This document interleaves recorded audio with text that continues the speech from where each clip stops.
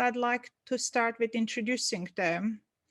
Three very talented people. We have a poet, a musician, and an artist, practically like a fairy tale. Initial conversations about this event with Alan Semerdjian happened probably in March, April. And I have to say he's a teacher who, and now all our conversations were always in between his lessons and from the car. It's his first time I'm seeing him not in his car. I thought he lives in a car like a true poet. I'm very disappointed that he has a house. Alan is a poet, but Alan is doing many other things. He's a writer, musician, educator. He's here with two of his collaborators, Aram Bajakian, one of the most fabulous surnames I have to say we've had at the Armenian Institute, who is a guitarist and composer.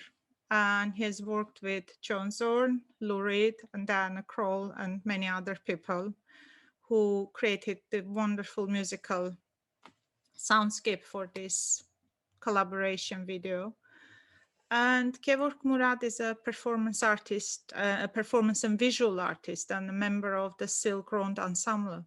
And he exhibited all over the world. And if I'm not mistaken, Kevork last year or a year before, pre-COVID times, in London as well, in Ismaili Center, I remember your fantastic works there. So these three people came together and magically a collaboration happened. I don't even know what to call it, a video, an animation, a short film. They call it a triptych, an Armenian triptych, which has three sides. I think our audience would have lots of questions as well, but I'd like to start with a few questions because it's incredible how three of you put it together. It's just pieces of puzzle which came together. And in my head, when I was watching it, I imagined you all sat in one studio and Aram played a chord and Alan wrote a word and Kevork did a brushstroke. But apparently I'm told it's not the process. And Kevork just mentioned that it was like passing a torch. Now I'm imagining you as Olympians running after each other. I would like to hear from all three of you. I don't know who wants to go first to explain a bit more about how this came about and the process of creation. I can start if that's okay, yeah. First of all, thanks for having us, and nice to see you all come out of the other side of that journey there. So the poem was, well, first let me start by saying I think that all kind of Armenian makers are probably taking inventory, you know, of what's been going on in the world. All artists are, all of us are sort of taking inventory with a changed world. So I think we're always kind of checking in to what's happening, particularly as you know, information is even more and more accessible. So I think we're constantly trying to engage with Armenianness, Armenian identity, Armenian paths all the time.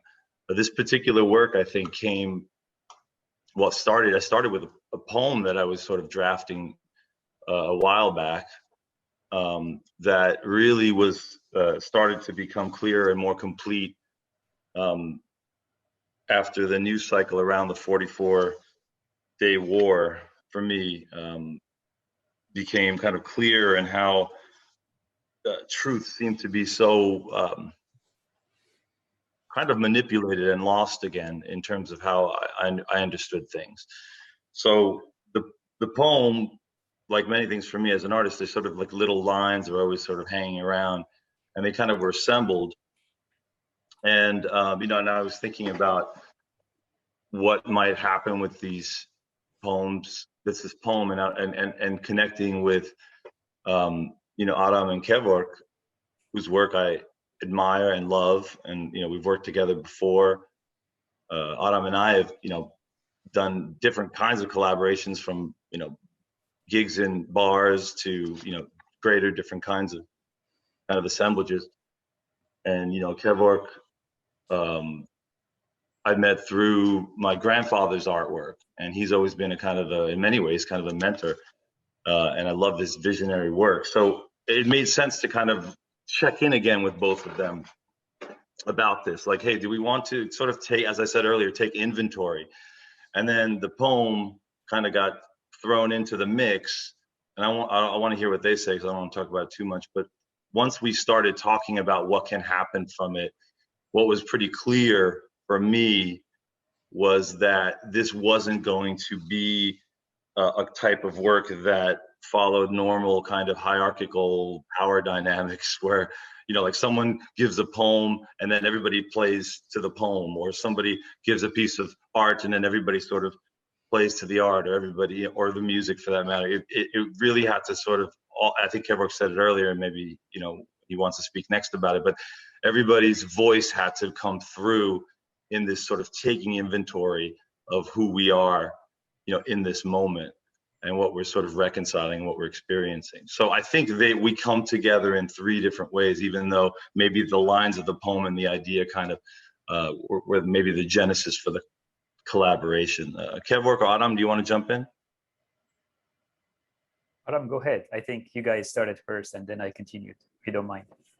Yeah, I think the music and poetry is sort of kind of how it started in a way. I mean, Alan and I have done some other works. We've done some pieces where he'll record. So a technique I learned from my teacher, Yusef Latif, who you might know as a great saxophonist. One technique we had in class would be one person would write a melody and someone else would write chords, but they wouldn't consult each other, and you'd put them together. So I would not know the poem, but know the length of it, and put some music to it and record music and put it together and see how it would work. We tried that with this. It didn't really work. And I think Kevork brought attention to something else in it, which I'm really grateful. And we sort of reassessed and stepped back, and at least in terms of the sound for me as a musician, I don't know if anybody picked up on this, but the guitar is really out of tune. And when I was playing, there was something about it that seemed right. And so to be able to allow that those sounds that might be a little bit harsh in some ways, and this other parts of it are like very precisely in tune. And it's interesting because I'm now studying oud with Aram Bajakian, and we're talking about makam and, you know, microtones and things like that. And I'm realizing that maybe when people have been telling me I've been out of tune all these years, I was actually in tune, but it was just a different way of hearing things. So, but yeah, there's some, it's I mean, this is maybe getting into some other. Well, we can talk about it later. But that's for my creative process. That's how it was, and it was really trying to embody. I think Kevork was saying, like, let's really embody our grandfathers, which is something I don't necessarily think about when I'm playing, and about my grandfather. And I've been, since making this piece, I've been thinking about him so much more. He was, you know, he came to central Massachusetts and ironed shirts his whole life for 50 years. He worked in a dry cleaner, didn't own it, but ironed his shirts, and had a garden, and got his high school diploma when he was, I think, 65. But was always reading and always encouraging us, and was always very generous and very, very sweet. And so I tried to embody that in what I was doing. So.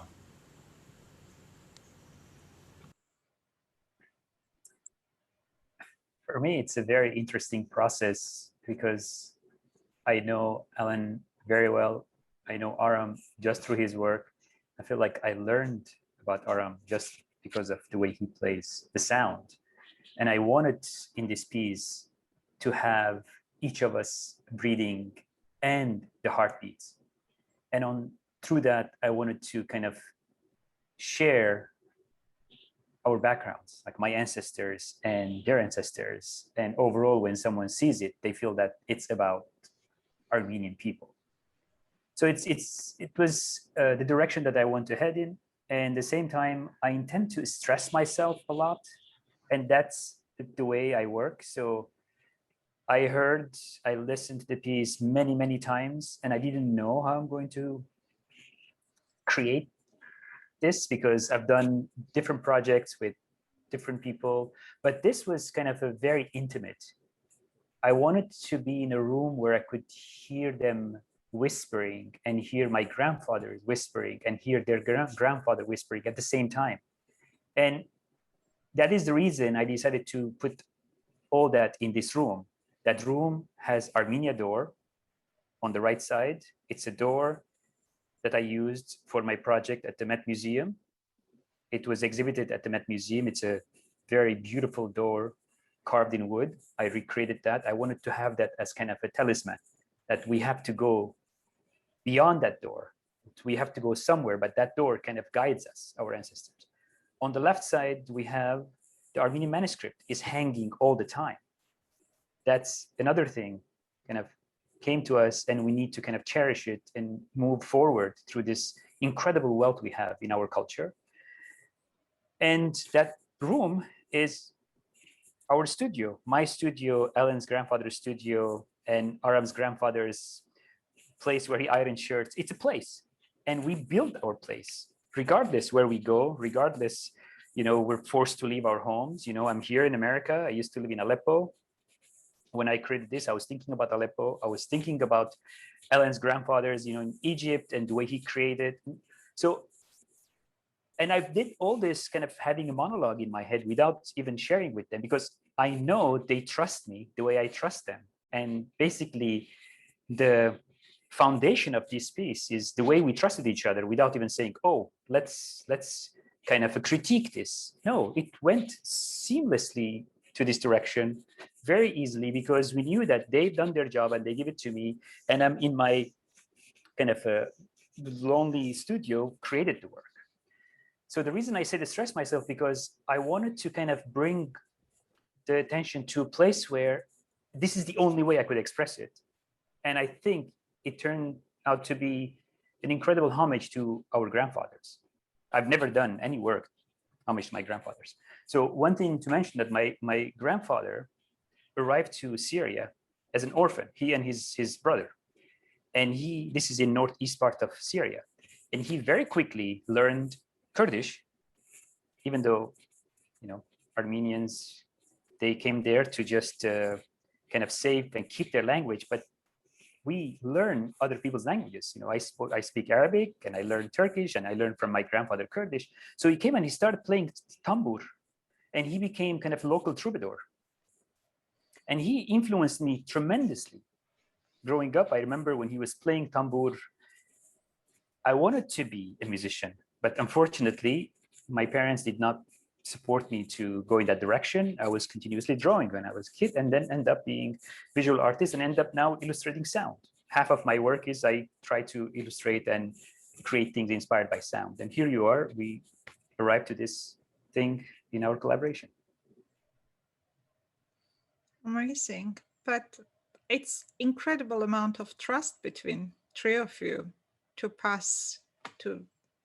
gift this work to someone else to make it more and more beautiful, add another layer. So it's wonderful result, and lovely to see all the backstories about grandfathers. But of course, this is not your first collaboration. You've had your spoken word album, and of course I have to ask the Kim Kardashian question, and Alan, you have to tell us the story how she tweeted about your album. And I think we should share the link with our audience as well to go and listen to it. Sure, yeah, the first collaboration again, we've known each other for a long time, but that first kind of collaboration between the three of us was for The Serpent and the Crane, which was a project that started through the help of the AGBU and Creative Armenia and other folks, and we kind of had this idea, Aram and I, to do that, and then Kevork sort of, as I said before, kind of in many ways kind of put the face on it with the beautiful video that he did to the grandchildren of genocide, which is connected to this grandchildren. It's sort of like the idea of the grandchildren started there, and then it kind of, I think now I'm more than thinking about it now, it just seems to have really sort of manifested here. It was like the seed was planted there. And in terms of that social media, lots of people started saying, oh, can you tell Kim to do this or to do that? I said, I don't really know Kim at all. I just it was just there's like a friend of somebody who knows my work, sort of passed it on, really kind, wonderful human, and it just I guess resonated for her. We haven't had any kind of conversation about it other than a thank you email. But it was, we did expect, I think, that thing that we made, including the video with Kevork, and Adam, maybe you want to talk about that too a little bit, your experience with that. But we did expect probably like some people who were interested in, kind of experimental noise and free jazz and music and poetry and stuff, and certainly our friends and fans who know our work to kind of gravitate to it. And we were excited about making it, but to have it sort of shared with whatever that is, I don't know, 65 million people or something like that. It was kind of a different beast. But it was also kind of an interesting experience, I think. And Adam, please, I want to hear what you think about that, and Kevork too, because video just like all of a sudden, boom, in one day. I don't even know how many tens of thousands of views, but it was interesting to me to see also as a sort of a cultural anthropologist, like it didn't really, a lot of people would listen to the streams, right? But they wouldn't, we have some data on it. Like sometimes the poetry, because it's long and hard stuff, right? I mean, this is like hard stuff to listen to. So oftentimes you would just see the track started by, thousands and thousands of people, and then it just sort of stops. It doesn't go all the way through. And, in terms of the data we can get from all the stuff. And I thought that was kind of interesting. And, part of me, like this sort of whimsical, flippant part of me was like, we should have just made like a meme or like a GIF, that would have been like consumed immediately and not something as dense and crazy as what we did. But it was something we had to make, I think. Adam, do you want to speak about that crazy experience? I don't think it's so. I mean, having spent time with like Lou Reed and artists like well-known artists like Kim is married to Kanye West, who is I think a brilliant. I love his records, brilliant, and I think that he's a very experimental musician. And like on his album Life of Pablo, he collaborated with Caroline Shaw, who is the youngest woman to win the Pulitzer Prize in music, classical music. So, and she toured with him for a long time. So like there's, they're famous and they have their personas, but they're also they're artists, and they are usually artists are into experimental art. So I don't think it's that far off that she and him would be interested in it. And but it is also interesting, like you were saying, Alan, as a social experiment, because as artists people are always saying, oh, you need to do this for exposure. Like, you can't have better exposure than Kim Kardashian tweeting about you. Like, that is it. And to see also that it's dense. It's emotionally difficult to listen to, and so, but yeah, it was interesting for sure. But I think, I don't know, it was funny when you called me that morning, Alan. You were like, my students told me about this kind of crazy thing, and but it was you know, it's I still had to. You had to get your kids ready for school. You had to go teach. I was trying to feed my kids. We went on through our day, I think, in a way that is but it was definitely interesting. Yeah, if that makes sense. But it's an incredible way of measure of the quality of the album you've produced. It somehow connected, it resonated with Kim, like you're saying, Alan, whatever part of her Armenian identity, maybe just one of the poems just clicked. Not everyone necessarily has to listen to the whole album and feel, but there is maybe a phrase someone picked up, and I think that's it. You've done your job. Maybe there's a bit of music which touched them. But I'm curious to ask about Kevork, about your work as well, because as an artist, you exhibited in, let's say, gallery, which is an intimate, very physical experience. You stand in front of a drawing or a painting. It has a size, it has a shape. How does it feel to kind of translate your work into digital world, especially during COVID? Probably you had to. It was a very interesting process to do it because there was no other alternative, because all of my projects, exhibits, all were canceled. Like, so many of us were deprived from meeting in person. But first of all, I wanted to share with the world that I'm alive. I think many people, they were worried about that. Are you okay? So for me, to stay creative, it means I'm alive. And I created this series of works, collaborating with musicians from around the world, just took a minute or two and shared it. I called it the Quarantine series. And that actually gave me lots of hope that I could kind of figure out a way to come out of this unusual times. And now I feel like this work is kind of a result of me learning about this digital world, because I didn't know much. Yes, I've done performances and animations, but this format is different. It's a new format to create something standalone. I don't need to be next to it, or I don't need to explain, because when you are performing on the stage, when you're playing the live music, that by itself tells half the story. Audience gets from the body motions the story of the piece. But for me, this is a different format that came result of being deprived, being in person on the stage or in the gallery. And we're glad that I think we're artists are kind of brave in many ways. We don't create this to be rich or famous. We create this because we want to talk and share our stories with people. I think that's our goal at the end.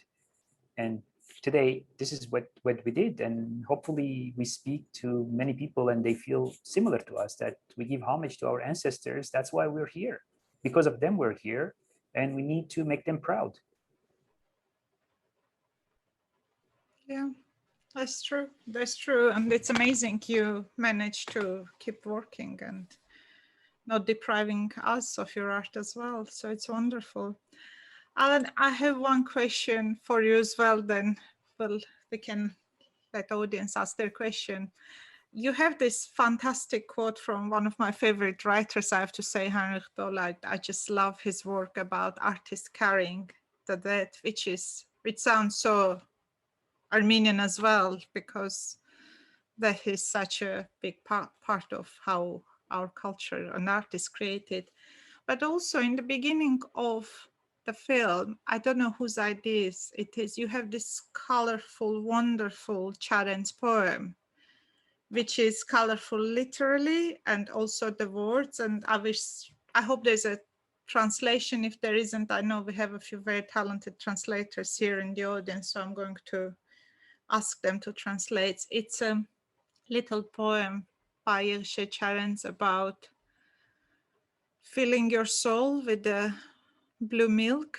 And I don't know how even to translate, how Hoketov, the blue milk of fairy tales. And it's such a fantastic, joyful image. What was the idea behind picking that and then talking about death in your soul? So challenge, I'm going to let Kevork talk about challenge, because that was that was his idea. The bowl quote is, I mean, I think, you know, his work is sort of speaks for itself. He's just a remarkable, you know, German writer, you know, who's speaking against these sort of constructs of, you know, governmental oppression, and, you know, in his own sort of biography, is remarkable. So, you know, Nobel winner. But for me, the idea of, if I may speak for Bol, and then I would want to hear Kevork's challenge, because we actually haven't even spoken about the challenge yet. But the Bol for me,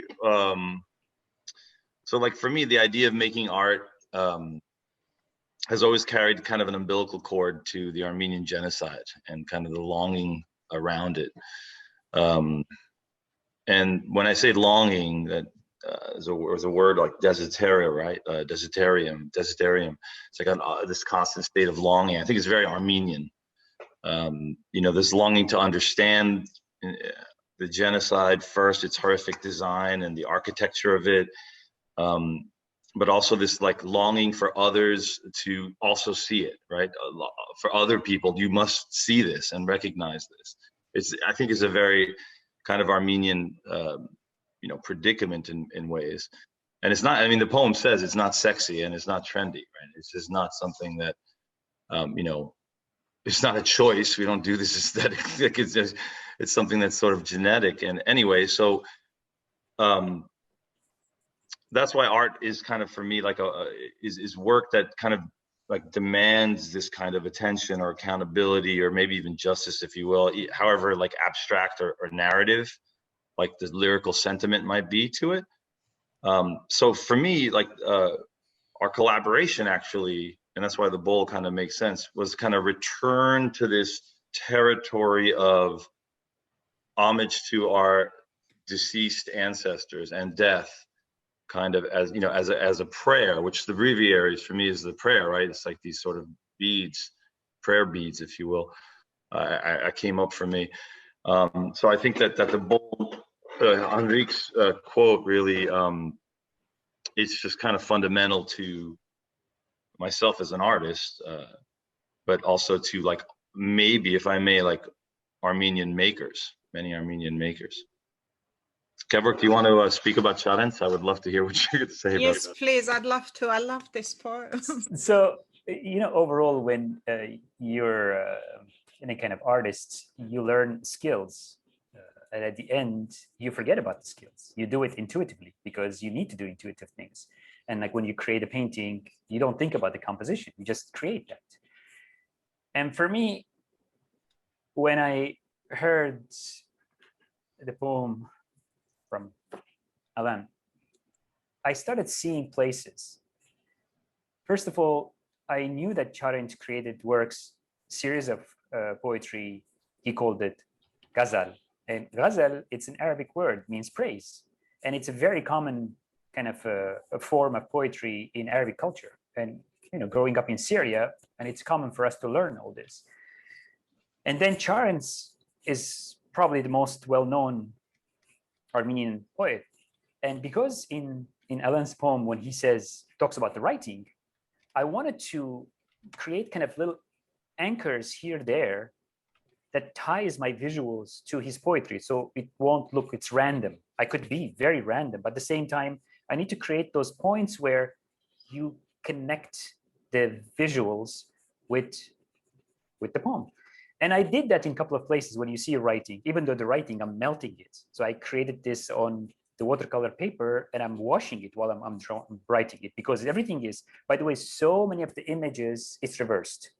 So I drew on the special watercolor paper, which is erasable. After I finish the image, I spray it and I erase it. I take pictures. It's all stop motion animation. So I take the pictures, and while I'm erasing, I take, let's say, 50 images and then reverse them. So you will see from the erasure to the image. So our grandfather images came like that. Those portraits on the wall came like that. And at the end, I put 2 images of Armenians are in the deportation journey. One was I'm drawing, that was live on kind of a time lapse, but the one behind it, it was erased and slowly became real. So I wanted to put that idea of like, it doesn't matter how much they try to kind of erase our culture, we can rebuild all that with our art. So that was kind of a message hidden underneath. But with Charens, I wanted to create something. So I said, you know, no brainer. Charens is like this figure that I could just hide underneath. Somehow it's going to resurface, like the way you figured out. If you didn't ask, it's there. But then you could dig into it and you can learn and you realize, and it's all about colors. He's saying in his poem that, you know, it's like almost like take the earth and drink the whole thing. Like this is the life you have, and enjoy the whole thing and drink it. And because, you know, you're gonna, when you drink this, it's almost like you're filling your spirit with all these fairy tales, all the stories that we had, and almost like Charles was kind of guiding me to use these colors in my animation, which I rarely use colors in my work. I use black and white. So, but I wasn't gonna tell Alan, and that's another beautiful thing about our trust. It was there, and this morning he asked me, by the way, you know, what's the title of the poem? But what is this? This morning he asked me. So it's not like, oh, we agree that this is going to be that. And at the end, look, beautifully balanced piece between all of us. Oh, it was wonderful. I think it's just such a perfect opener to it, because while you hear Alan talking about death and darkness, there's this explosion of color in front of your eyes. And I really need to find a translation of this and share with everyone. But the images and the language of the poem is so evocative, and he finds probably 5 synonyms for the word blue. It's fantastic. And it's about filling your soul with the fairy tale, like you all did tonight with your beautiful work.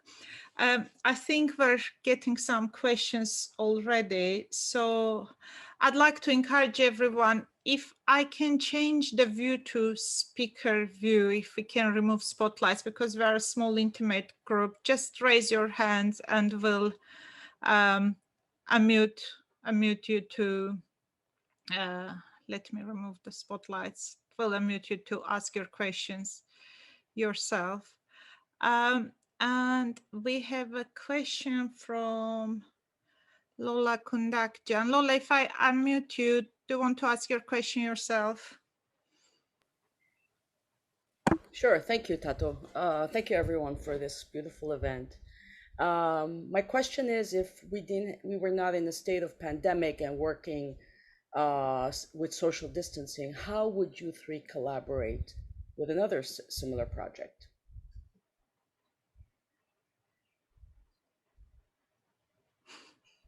I can, I mean, I think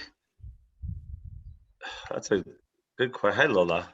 Hey, I think, yeah, I think, well, we collaborated, you know, Aram and I think Tato was talking about it earlier, that, you know, going in the studio together, you know, Aram found a studio for us for Serpent and the Crane, where we ostensibly replicated this idea of, you know, finding, you know, these two artifacts kind of coexisting and making it happen on the spot. So not too much curation, but you know, ultimately pairing things together in a room as opposed to digitally, if that makes any sense. I would imagine, you know, I still have a vision, Lola, and maybe it's the first time I'm saying it to Aram and Kevork, of you know, doing something live with the three of us. Aram and I have done it before, and Kevork has done it with many people, and as has Aram and on his own, and myself. But I think to have the triptych sort of happen in the moment, it would be something different because of all this, what we just spoke about, you know, this sort of different kind of individual renderings. But I think I would imagine that it would, at least part of it, 2 of the 3 maybe might happen in the same room. I don't know if Kevork and Aram, what do you guys think about that? What do we think about that? I think that, like, each, you know, going into a studio, doing a collaboration from home, or we're each at home and doing things digitally, doing things live, if you haven't done them, you might not realize, but they're each very distinct ways of creating. in a studio, the sound is usually really incredible, and you have your headphones on, and the microphones are beautiful microphones, and the equipment makes it so that the sound is so rich, and in that you can create things that you might not be able to do in like a live situation. Whereas like a live situation, you have an audience that you feed off of, and there's that energy in the room, which doesn't happen in a studio.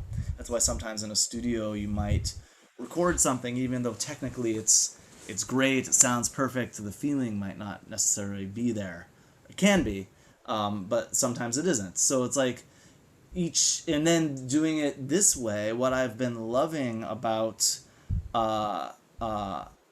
recording at home is that like I was recording this music and I could hear my wife putting the kids to bed, which is like my life is in this music. I'm not in some isolated studio environment. Like that spirit, even though you don't hear it, you don't know, but that spirit of my life is in the recording as well. So I think they're each like beautiful art can be made out of all the situations. They're each different in terms of how it is creating, but yeah, if that makes sense, Lola. Thank you for answering that. My colleague Olivia has a question, but she asked me to read her question because she's in loud space, I think. Olivia herself is a very talented, aspiring filmmaker, someone who works a lot with sound. So remember this name, please. Olivia wants to know, how do you choose what to keep and leave out when you are creating with intention of each artist involved resonating with the work? I don't know if this question is meant in general or visually, because this is kind of a minuet for me. It's, again, I said it's a very intimate experience, and we had a limited time, and I think we can only swim in this river once. So whatever result came out of it, you know, I kept it because this is a very tight 10 minutes piece for me, even though I had like a crazy amount of imagery. But to do this again, I think different piece will guide us how to create and what to keep, what not to keep. But my process, again, it's different because, as I said, you know, I work, I think about it for a long, long time, day and night. I have the sound in my head and I take notes and I start building layers. And this piece has so many layers on top of each other. And sometimes you see it, sometimes you don't see it, sometimes, and I like the audience to add on it. So everything I create, I want part of it to be audience's responsibility to continue this visual sentence. I'm speaking only on my medium. I don't want to underestimate what Alan sent us or Aram gave us with his music, but visually, I like to keep some things a bit vague where the audience can add their own interpretation. What was that meant and how?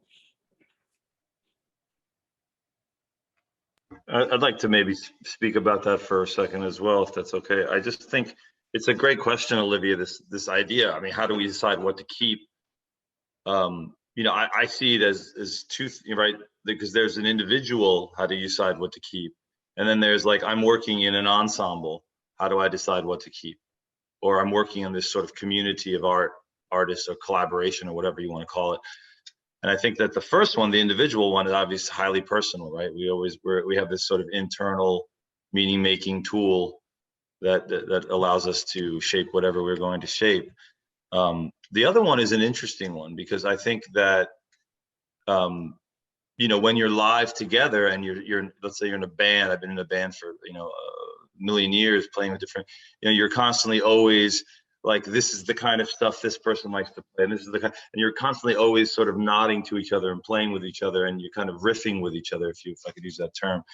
But doing it this way, in this virtual way, is a very much an imagined conversation that's going on all the time. So it, like, you know, and it was quick, as Kevork said, you know, this is like relative that has very much like, I'm going to work on it in this space. And so it was always about going back to the idea and having this kind of intuitive sensibility of how this might respond to something that Aram has done, respond to something that Kevork has done. There was a moment where Aram's, the delay just sort of erupted, in the piece. It was about 3/4 of the way through, I think.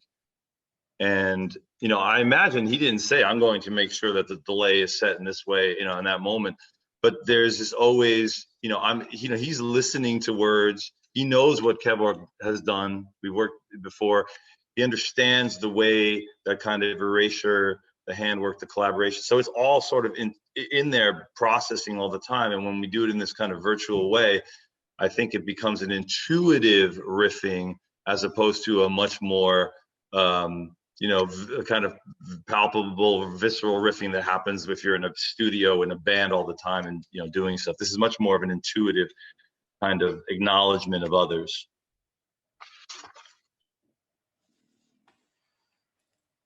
Thank you. It's so interesting imagining that, and you talk about riffing together. It does sound like that, I have to say. The final result sounds so much together and in harmony. There's a point when I think Aram was talking about earlier, the guitar sounding harsher and out of tune, and Kevork's images get harsher and darker. And I did wonder to myself, did they sit together saying, I'll do this and now you do this? But it's even more exciting to hear that it just happened magically. So thank you. Yeah, I think in my experience, I mean, it depends on the project, but like with this type of work, it's like we're all coming to it as artists, each putting in our full vision. It's not like we're like I'm going and supporting, like playing guitar for someone's group where I'm following their lead and their vision. We're all going in and saying, this is the subject, this is my take on, this was what I'm going to do. And I, like Alan talks about that eruption, and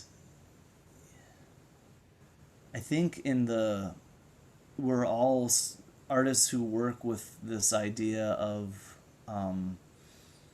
spontaneity in a way. I think the way Kevork's drawings are videotaped, you get to see the process, which is something I've always wanted to know. Like, I see a Picasso painting, like what if I could have seen it like 10 hours before he finished it, or 20 hours before he finished it, and watch that process. And Kevork really lets us in on that, which is really beautiful. But in that working that we're all doing when driving, when practicing on my porch with sound, that is the thing that then allows it so when we come to the table for something like this, we're able to just be in that space and put something in it that can connect with the other artists. Thank you, Aram. There's a comment from Olivia about having all the items in the house, which are very touching to see and very symbolic. Sarah, shall I unmute you to ask your question if you'd like to? Yeah, absolutely. Thank you. Alan, there was a beautiful line in your poem about documenting your grandfather's paintings, and I can't recite the line, but can you say more about how art becomes a form of witness and how you can extract history from art in lieu of the Armenian genocide? Thanks for your attention to that, Sarah. Maybe you know it. I know your work. I love your poems. The Carolyn Forche anthology, Poetry of Witness. I don't know if you know that one. It's a beautiful anthology, but it was for me, it was she edited it, I think, alone, maybe with somebody else. But in any case, that was kind of like the I don't know, sky cracked open for me after going through that and realizing that in many ways all poetry is a kind of witness, and for us, and kind of tethered to this past that is so horrific in some ways, but also so distant. There is also all these like strange, complex feelings as a writer for me, and in that particular line, and in much of my work, that is like there's this need to go and kind of decode all that stuff. My grandfather was a painter. He was a genocide survivor. Lived in orphanages, and then kind of came to fame in Cairo, Egypt. That's where his community was, and his work. When I look at his work, it's like the sort of the code that he gives me, has left for me. I'm not going to talk about these early experiences, but I'm going to leave this sort of archive of work, that exists, I guess, in around the world, and also in these private collections, which I grew up next to, because I grew up next to my parents. So it's this constant, it's like this proximity to something horrific that I can't own because it's not mine, right? And maybe a lot of us feel that way, grandchildren. So I can't own it. It's definitely something that I have to sort of tread lightly with in some ways, but also it's impossible for me not to talk about it, to connect to, because it's so palpable, and I think that particular, tension is in, I would say, probably every poem, even if it's not about the Armenian genocide. That particular tension for me, and it's in all my work too. I mean, as a musician, I don't really address any of this Armenian genocide stuff, but it really does. I do have that kind of longing that I spoke about before, longing for other, constantly longing for other, and like measuring my distance away from the other, which I think is that line that you picked up on, is about that. Like, I'm documenting, really is what's that saying is, I'm trying to make sense of it, right? And I think that's what poetry of witness is. I mean, some people have that primary close, into like that great poem, The Colonel, obviously from Caroline Forche. I mean, she's there in the room with the dictator, but we're not always in the room. We're 3 rooms away, 5 rooms away, 10 rooms away. It's all back, so the documenting is making sense of that as that distance. I hope that answers your question. Thank you. One thing to think about that I've been thinking a lot in relation to this poem.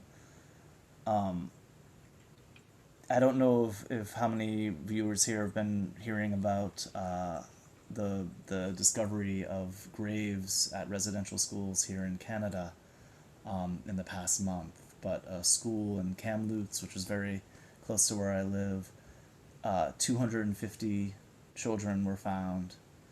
In Saskatchewan last week, another mass grave of 715 children. And I realized, like, my grandfather's sister is in a mass grave somewhere on the road from Sivas to Aleppo, and we'll never know where it is. And yet it's still, like, it's so far away, like you were saying, but it's also here right now. And you can see, you can see it in what's happening around us. So yeah, it's something that those lines and this work has really made me aware of in a way that is very pertinent, I think, to this time. So.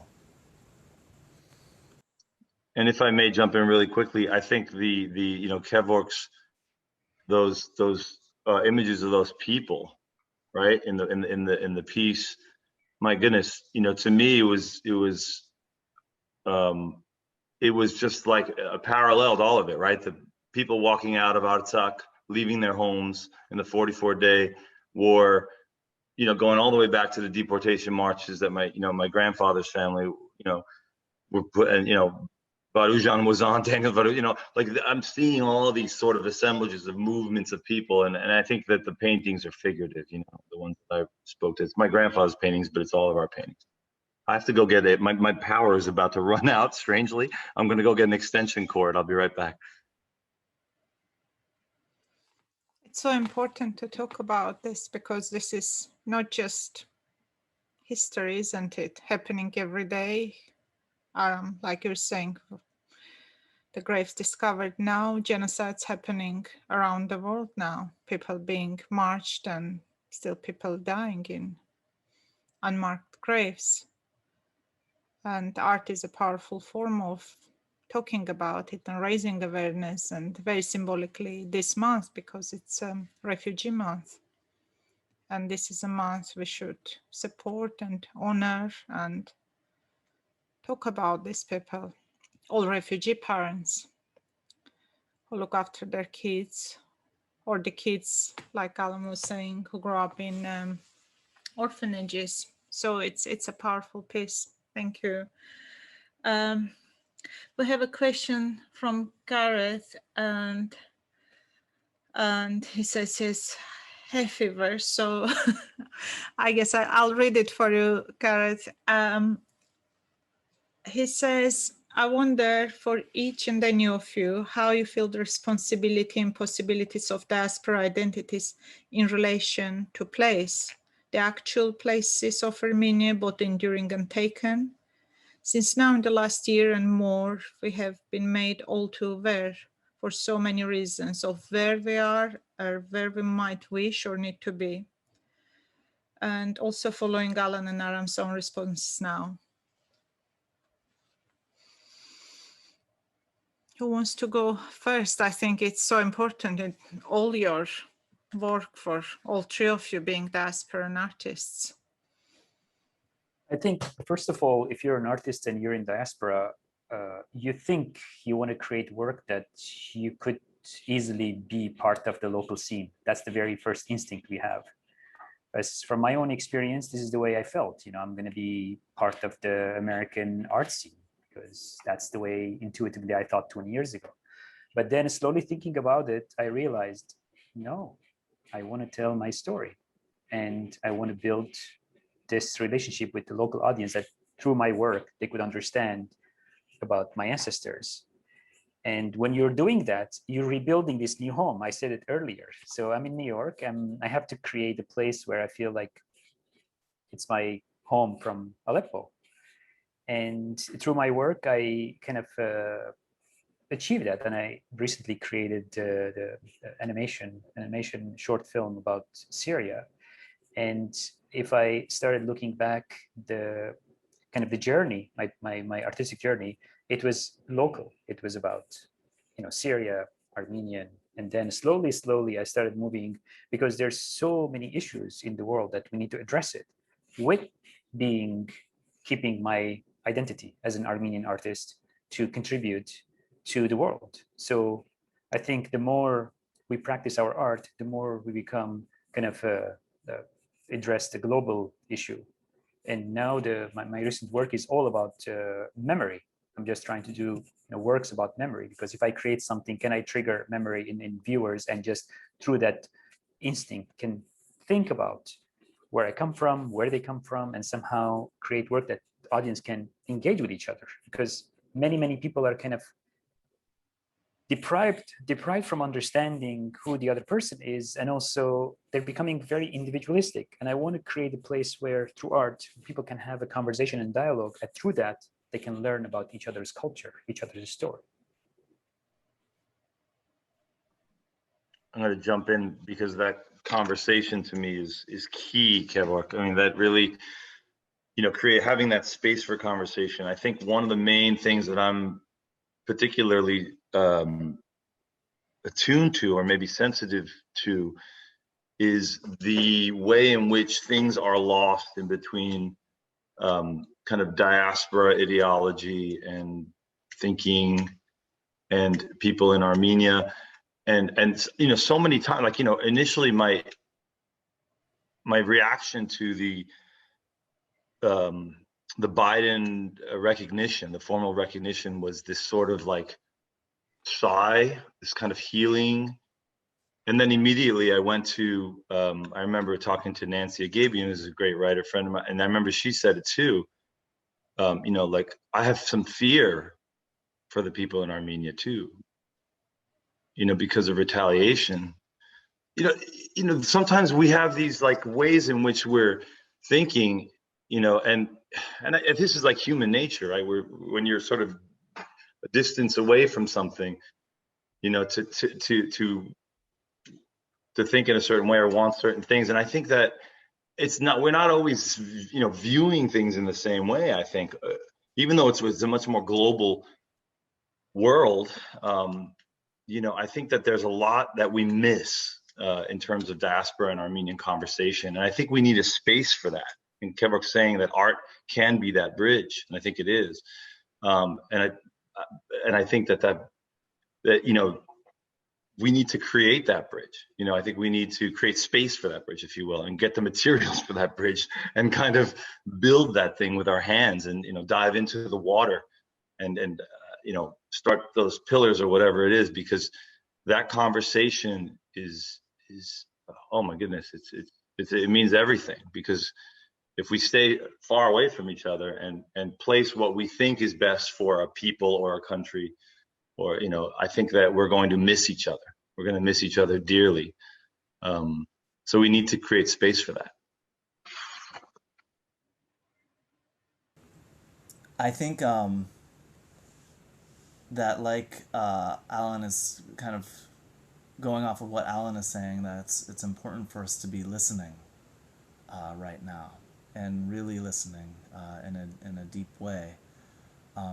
Like, my own experience as an Armenian diasporan is I have a name, Aram Bajakian, which is like a very Armenian name, but I've always, it's only recently that I've, in my life, I would say, become actively involved in the Armenian community. And I think realizing now it's because of I didn't learn Armenian growing up. And I started studying Eastern Armenian with a teacher in the past couple of months.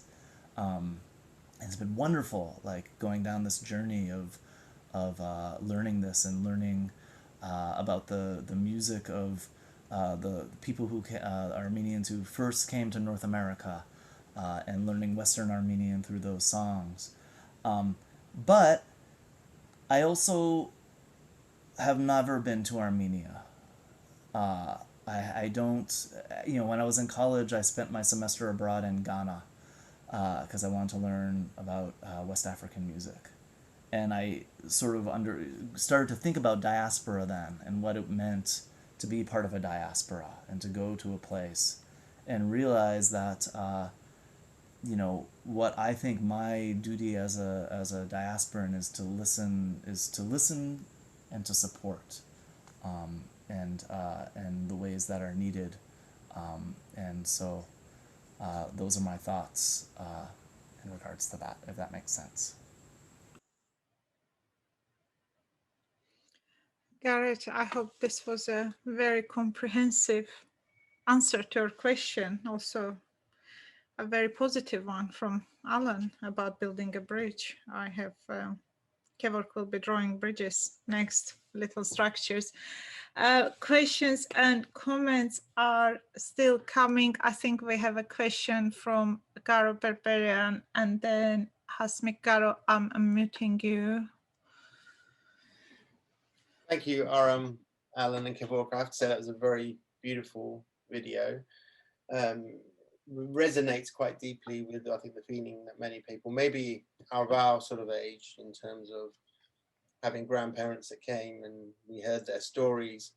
I think my first thought was interesting. There was two things I wanted to say. One was based on what you said, Alan, about a meme, and I'll come back to that in a minute, because I thought something me and Tato talk about all the time. But the first thing was, as an artist, I think I felt the pressure, as Aram was saying, to conform. You want to conform, you want to become British, and Kevork was talking about this, you want to become accepted in your environment, wherever that's may be. And the trouble is, we kept being drawn back to this subject. And I think I've personally tried to let this go many a time. And I just want to know what challenges you felt as artists of having to hold on to talk about this story, because I think it's something that you're doing very clearly. And maybe at our age, we shouldn't be having to do this, but obviously this is to do with politics and other things that are going on in the world. And the other one was actually, as an artist working in modern society, where if you don't create a 20-second piece of medium, you're told that you need, we worked in Tato worked in short films, and I made a 20-minute short film, and boy, oh boy, it's a challenge, especially similarly some poetry and the like. And so that's a challenge as well, not to be guided by what you're supposed to do, but what your heart tells you, because obviously your piece, which is 10 minutes long, needs to be that length and needs to feel, you need to feel and resonate every element of that, whether it's the music or the poetry, the artistry, to understand that story. I don't think you could say it in a shorter, but in society, if you put that on YouTube, you know that many people may not give it the chance. How as artists do we deal with actually a society which is becoming less tolerant with regards to art? So 2 long questions, sorry guys. I should take the first one, and then the next one maybe either Alan or Aram can answer. I think unfortunately in the Armenian diasporan model is this cliche thing I'm going to say, you need to make it internationally for you to be able to talk locally. So if you want to talk about your Armenian issues, first of all, you have to understand and learn about the world. And if you find this platform that you have your audience, then it's easier for you to talk about your own local story, so your audience can hear you. It happens to Arshir Gorky, it happens to Atome Goyan. Unfortunately, no one is going to go and watch the calendar if they don't know who Atome Goyan is, or the same thing about Parajanov, all this. So it's a cliche thing. Once you make that, and then the audience takes you seriously, and of course, then we can talk about a piece like this. And we don't have to compete with anything else. This is the way we can share our culture, take it or leave it. And we're proud of it. It's not like, oh, we're not confident about the piece. I'm very confident and proud of this piece. Maybe we have less audience because it's a heavy piece, but our history is very heavy and there's no other way to express it.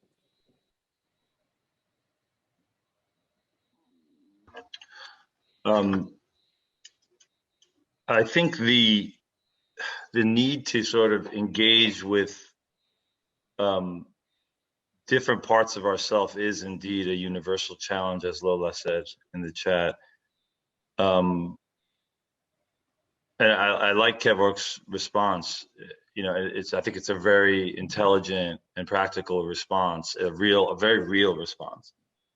And I think that that's kind of at the forefront of it for me too. I do want to add maybe in a more esoteric sense that there is, there is this like bit of like we don't have to be one thing. I think about that a lot in terms of myself as an educator, as a writer, as a professional musician. There's sort of lots of things going on. So I think in response to the question of like, how do we reconcile this need to like address Armenian stuff with also other aesthetic and important, concerns that we have. I think we do both, and somehow it lives in different ways.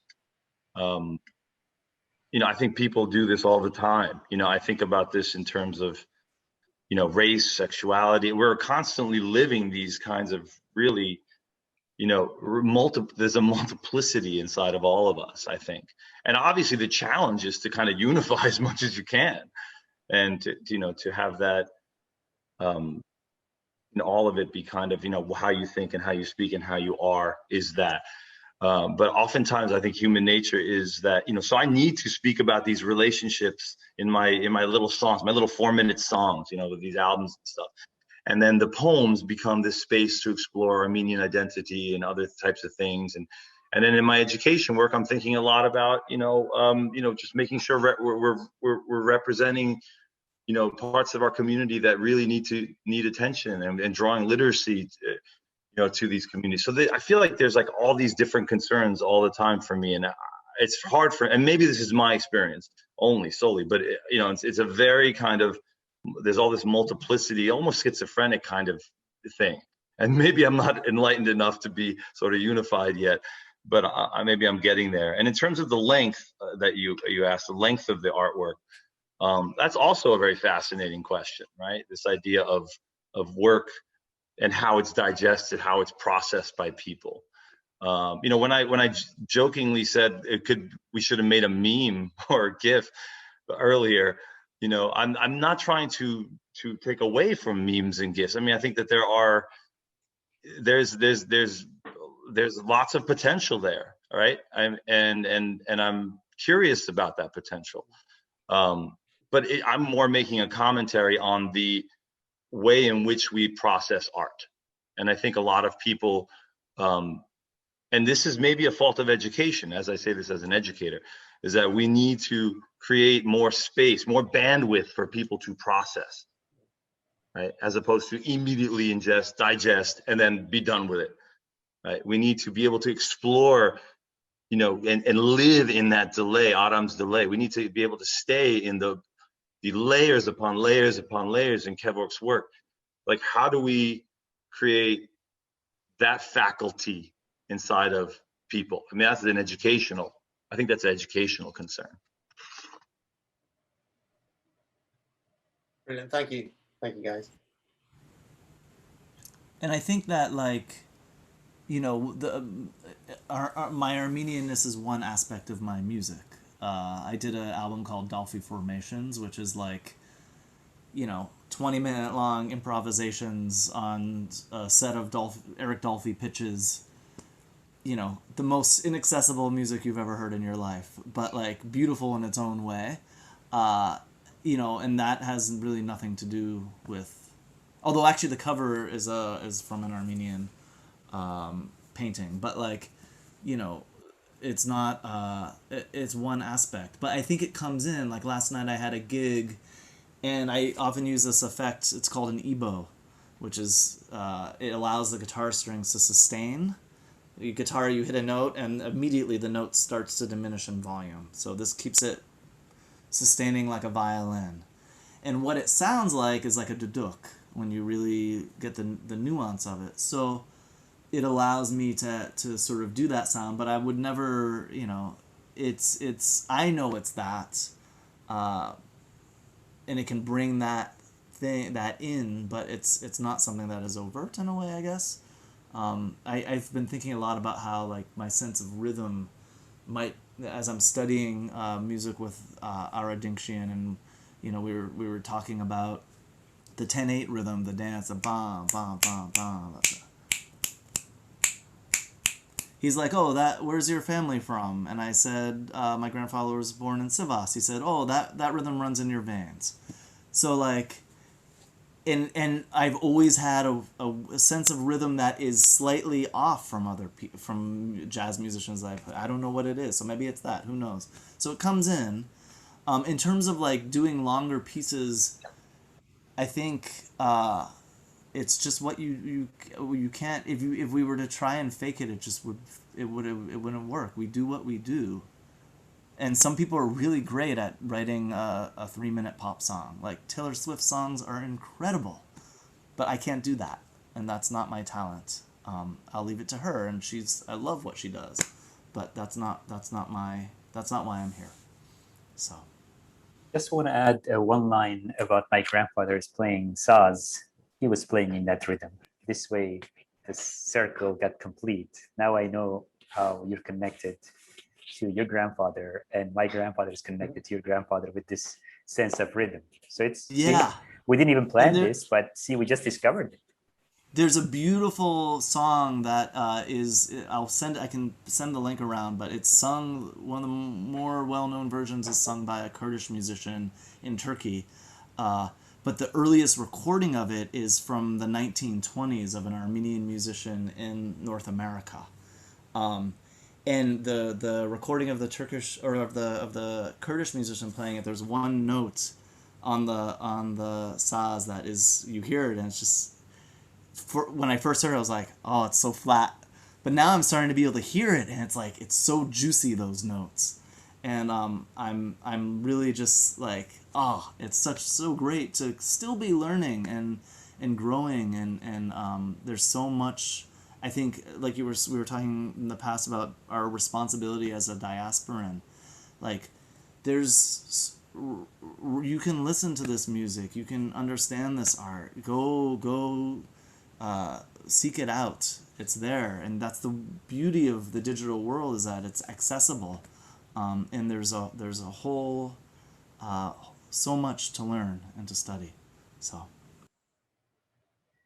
Thank you.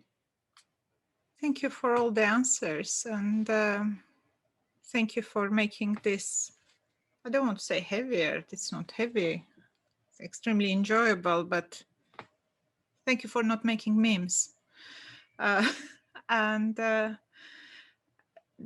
is a particular pleasure to go through a harder, heavier piece of art, a heavy novel which you struggle through 5 zillion pages of War and Peace and suffered, but it stays with you, it lives with you forever. A Pink Floyd concept album, a 23-minute track, which you go to the shop, come back, it's still playing. So there's particular pleasure in it. And I think there's a very important value when it talks about your pain.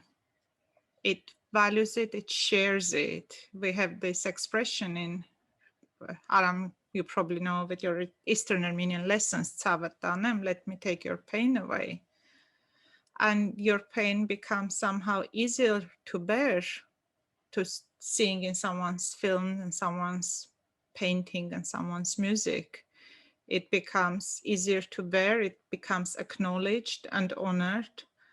So, and which connects to another question we have from Hasmik Manukyan talking about pain through art. Hasmik, I'd like to unmute you to ask your question because it's so interesting. Question refers to the recent war in Armenia and the told that it again refreshed our generation trauma, and we are currently living still in this trauma. And I see that art can touch the hearts and speak to many, whereas media and our cry in the wartime could not help because there is another political agenda and other geopolitical games. But art is something which is very strong and has power and can speak to many, many hearts, regardless of these all political issues. And I see that maybe it is also possible if so many talented people come together and link also this traumatic experience that we recently lived, kind of to reflect on it. Is it possible to that you maybe create a new project which can also share the pain that we all Armenians nowadays have and the threat that we are facing, and maybe it can be somehow important addressing this thing and help many, many Armenians? Thank you. That's a lovely invitation, Hasmik. Thank you. I think on a personal level, I would like to take that conversation up with some writers and other artists I know in Armenia, Madeleine Peyroux and some other people that whose work I'm constantly following, and I think that correspondence, because you're touching upon a really big thing, this idea of this sort of generational trauma that continues and continues and continues and informs so much of our identities and our relationships and our our roles as parents and lovers and employees or what have you. I would like that conversation to be taken up with my fellow makers in Armenia. I hope we can extend that. I think that is a great place to go.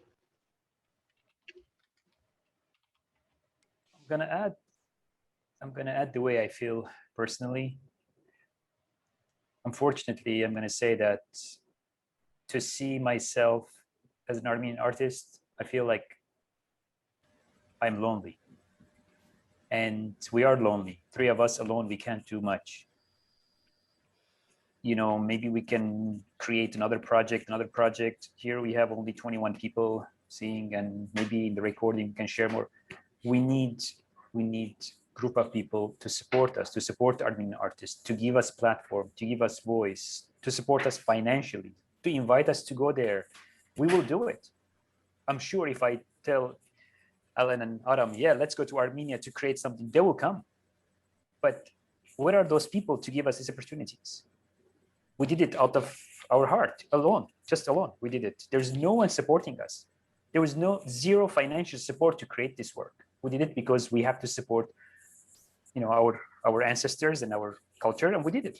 But it's easier to think about it, but then there's so many other barriers for us to be able to create bigger and important projects if we don't get sponsored and supported and heard. I don't know. This is the way I feel, and I hope I'm wrong. I always think that I could be wrong, but maybe someone out of this could help us to create this fire and share it with the world.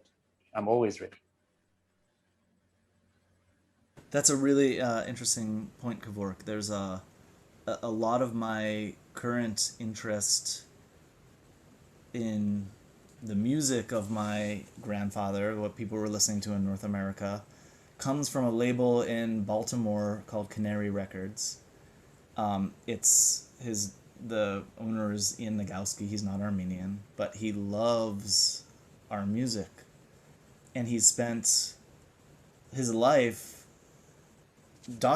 taking these old records that are antiques, 100 years old, and digitizing them and sharing them with the world. And I said, we should be able to find support for this work that you're doing, financial support. And he said, people have been telling me that for years, and it doesn't happen. So I think that's a really good point. But we, for sure, I mean, it would be a dream to be able to go and collaborate with Armenian artists, and to be able to do some work, and to be able to listen, like I was saying earlier, as a diasporan. I think it's important for me to go and listen to my fellow Armenians in Armenia and the working with them. And so to be able to do that, I think would be something I would very much love to do.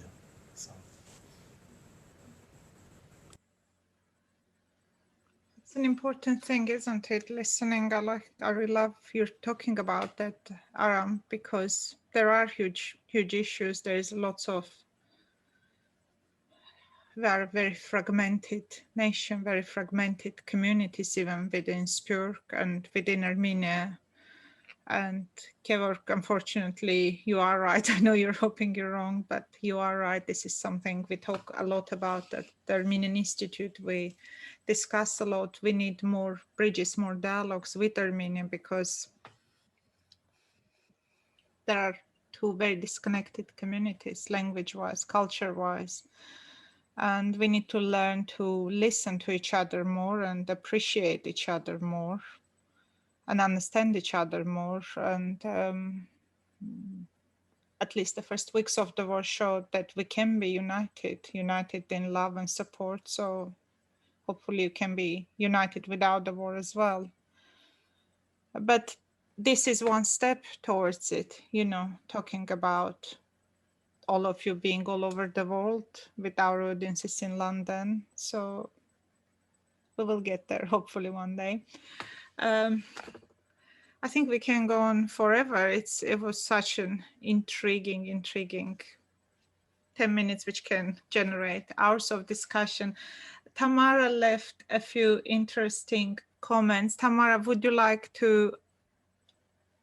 Oh, she's saying no, but I'm sure there was a very strict no, but I'm sure you can read her comments about loving multisensory composition of the piece, and especially Kevork for you.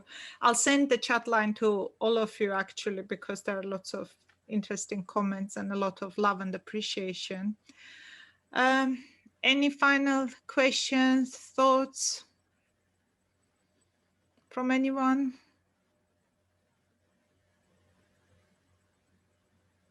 I think I can see a hand. Yes, there you are. Hi, well, thank you all. This has been amazing.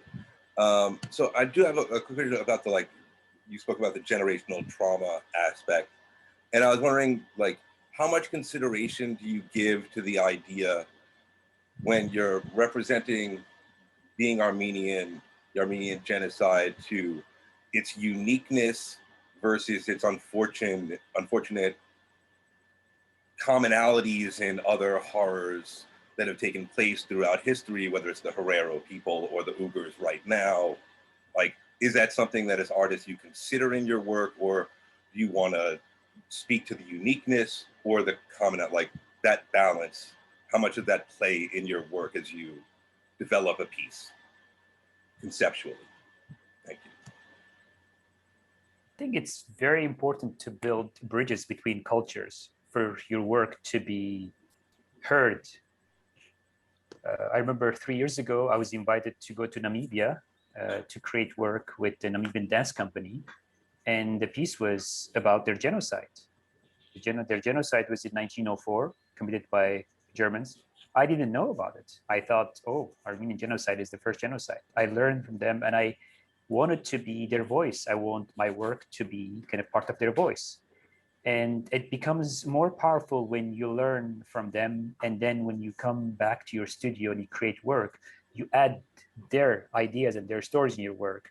And then when you share that with the world, you realize that things like that need to be stopped. It doesn't happen only with Armenians. It's not happening only with Namibians. It's happening to many cultures, and history is repeating itself. So it's kind of, art needs to create this platform where people can figure out that, oh, this is a global issue. It's not only Armenian issue. And that's why when Aram is playing, or Alan is reciting his poem, in it, I wanted to see this universal kind of urgency in it. It's a studio of any artist. It's a erasure of many languages and cultures. But we need to kind of figure out a way to move people, because many people are kind of removed from the reality. They don't know much about other cultures. You know, it's about 100 years, 110 years, or 116 years later, finally, the Armenian genocide got accepted. And I think art and people's voices played a huge role in it. And it's important to be a global, even though we are talking about our own culture. I absolutely 100% agree with Kevork. Hello, Michael. Nice to see you, by the way.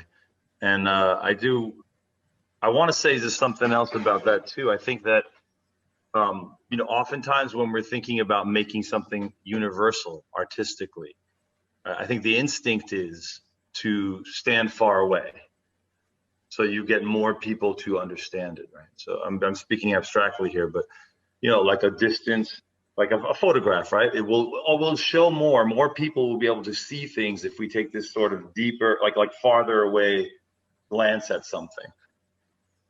But in response to your question, Michael, I think the more we go in and the more specific we get, the more the work becomes universal. The more personal we get, the more we draw that room intimately, specifically, that room that's in the work. I'm thinking now of Kevork's room. And you know, the more unique we get, the more that sound is uniquely, you know, off key, as you know, a little bit off, as Aram put. The more we get into the specifics of our histories, the more other people will read themselves into those histories, which is it's a counterintuitive thing, right? It's like this notion of like wanting to be sort of conform to some sort of norm, you know, but that's not how, I think that's not how great art works. I mean, I'm thinking about the Beatles. I mean, there's no band that is more idiosyncratic than the Beatles, but yet here they are as the template of the great song. But they got it because of their idiosyncrasy and their eccentricity and their particular experiences. Very specific, and all of a sudden it becomes universal. So it is a really, I mean, I think for me, we must go inward to explore that territory in order to find commonality with others. That's my response to that. So I work as a curator here in Vancouver at Western Front, which is like an experimental art venue run by artists. And recently I was working with an Inuit artist named Tiffany Ayalak. And part of her work was similar to me, exploring songs that were recorded in 1916, some of which are actually her great-great-grandparents singing as children these songs. And she was expressing in this interview about her grandmother being afraid to sing these songs because in the residential schools she was told she would go to hell if she sang in that language. And so she is there are only 600 people who speak the language that her grandmother spoke. And she was speaking about this, and she talked about how she went to Italy and she learned Italian. And it was just easy, picked up some Italian and was able to go and do that. But she was saying that with each word that she's learning of her own language, with each word that we're learning of Armenian, there's the weight of history on you. And I was like, oh, that's why I've been avoiding doing this whole time. Because it's going to open up a lot of pain. So her story, being, like Alan was saying, being so specific in it, helped me to realize, like, oh, this is like, there's other people who are experiencing this, and like other people who have been told, oh, like, why don't you speak that language? You should do that. Like, really? Like, it's, you know, it's not, it's a much more complicated question. So I think, like you were saying, by getting into the specificity of it, I recently read the article about the Uyghur people in the New Yorker, which is by Rafi Chilegarian.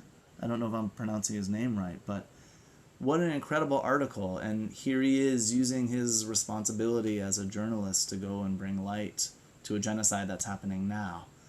So I think that's perhaps you know, a way of I don't know, doing that, if that makes sense. So.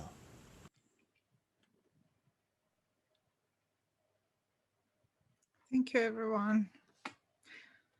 Important question, Michael. I think reluctantly, we have to say goodbye. My colleague Olivia shared lots of links in the chat line, and for everyone who joined later, you can watch the film for some time while it's available. Or even if you watched it when Aram was sharing it, I would really encourage you, everyone, to go and enjoy it, put good headphones on and just immerse yourself in it. It's just wonderful. Visit our website for our next events. There are links to Serpent and the Crane. There's a link actually Olivia found to the to Canary Records that Aram mentioned. It's a wonderful resource. It's you can, if you can support them. And be sure to check out some of the recordings on there, like, for example, the earliest Syrian American recordings. A lot of times there are Armenian musicians and Jewish musicians and Turkish musicians all playing together. So check out all the different things. The Albanian record that just came out is like incredible. Really, really great music on that site. So fantastic. So here are your music recommendations for the night as well. And we hope to see you next week as well, at least some of you. We have next Tuesday, we have another event connected to Refugee Month, but a very current one. The State Minister of Artsakh, Artak Beglarian, is joining us to talk about the situation there with displaced people.